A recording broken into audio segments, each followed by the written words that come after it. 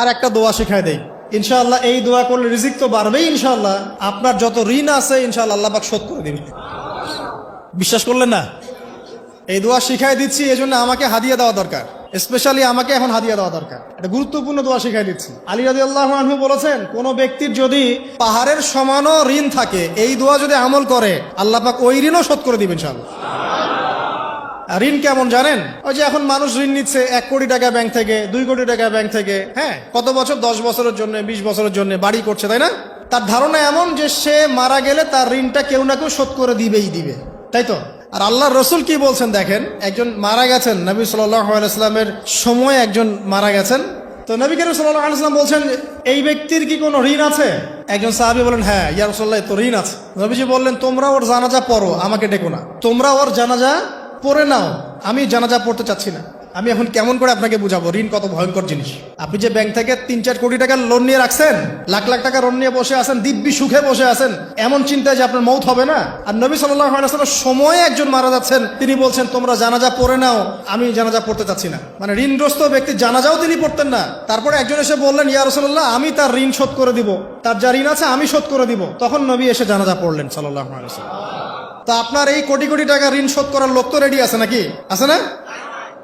সমস্যা নেই, আপনার জানাজা পড়া হবে, আপনার মিলাদও হবে, আপনার একটা বড়সড় দোয়াও হবে ইনশাআল্লাহ। কিন্তু আল্লাহ পাক বলেছেন যে শহীদ, আল্লাহর পথে যুদ্ধ করে শহীদ হয়েছে, এই ব্যক্তির আত্মাও ঝুলে থাকে যতক্ষণ পর্যন্ত না তার ঋণটা শোধ করা হয়। এবার বলেন আমি কি বুঝাবো আপনাকে? আর কিছু বলতে হবে? তো এখন সেই দোয়া শিখাচ্ছি আপনাদেরকে, যে দোয়া শিখলে আপনারা ঋণ থেকে বাঁচবেন ইনশাআল্লাহ। কত দিবেন বলেন? আচ্ছা, হ্যাঁ, এই তো, শুকরিয়া। দোয়া করবেন যেন আল্লাহ পাকের দিনটাকে আল্লাহর জমিনে প্রতিষ্ঠা করতে পারি।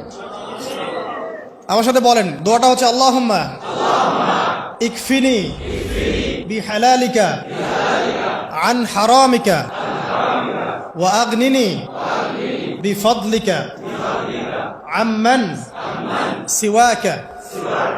এই দোয়াটা ছোট না?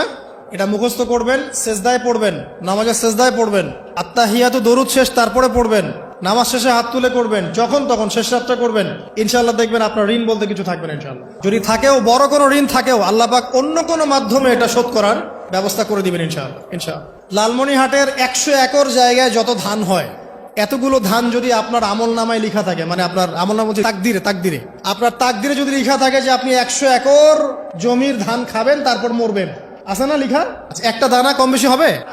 আপনি যদি আল্লাহর প্রতি তাওয়াক্কুলি করেন, তাহলে আপনি হালাল পথে থাকবেন, বিশ্বাস করবেন যে আল্লাহ পাক যেটা লিখে রাখছে আমার তাকদিরে, রিজিক, এর একটা দানা রেখেও আমি পৃথিবী থেকে যাব না, সিম্পল। তখন আপনার অন্য পথে যাওয়ার কোনো কারণ নাই। আর যখন আপনি বিশ্বাস করবেন না, না এটা আমার হাতে, আমি যত পরিশ্রম করব তত রিজিক বাড়বে, আমি যত ঘুষ নিব তত বাড়বে, যত সুদ খাবো তত বাড়বে, যত দুর্নীতি করবো তত বাড়বে, তখন তো রিজিকের এই পুরো দায়িত্বটা আল্লাহ পাক আপনার হাতে ছেড়ে দিবেন। আল্লাহ পাক আপনাকে কোনো বারাকা দিবেন না। ইয়ামহাকুল্লাহু রিবা ওয়া ইউরবিস সাদাকা। সদকা করলে সম্পদ বৃদ্ধি পায়, আর রিবার মধ্য দিয়ে সম্পদ ধ্বংস হয়ে যায়, একদম মাটিতে মিশে যায়। কিভাবে ধ্বংস হয় সেটা এখন আলোচনা করার সুযোগ নাই, সময় নাই। আমি ইনশাআল্লাহ আরেকদিন শুধু রিবা নিয়ে আলাদা আলোচনা করবো ইনশাআল্লাহ। এটা সমাজের নিচু লেভেল থেকে উঁচু পর্যন্ত দরিদ্র মানুষদেরকে আরো দরিদ্র করবে, আর ধনীদেরকে আরো ধনী করবে।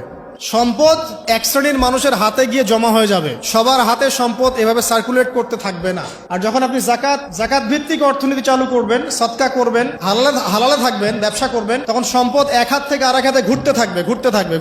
এটা এমনি বুঝবেন না, ইনশাআল্লাহ আরেকদিন বুঝাবো। আসেন, যে দারিদ্রতা দূর করতে চান, সচ্ছলতা চান, কয়েকটা কাজ করেন। এই যে বললাম, 1 নাম্বার সূরাতুল ওয়াকিয়া তেলাওয়াত করেন, 5 ওয়াক্ত নামাজ জামাতে পড়েন, ডেইলি কিছু সময়ের জন্য কোরআন তেলাওয়াত করেন, আর আল্লাহর কাছে রিজিক চান, জিকির বেশি বাড়ায় দেন।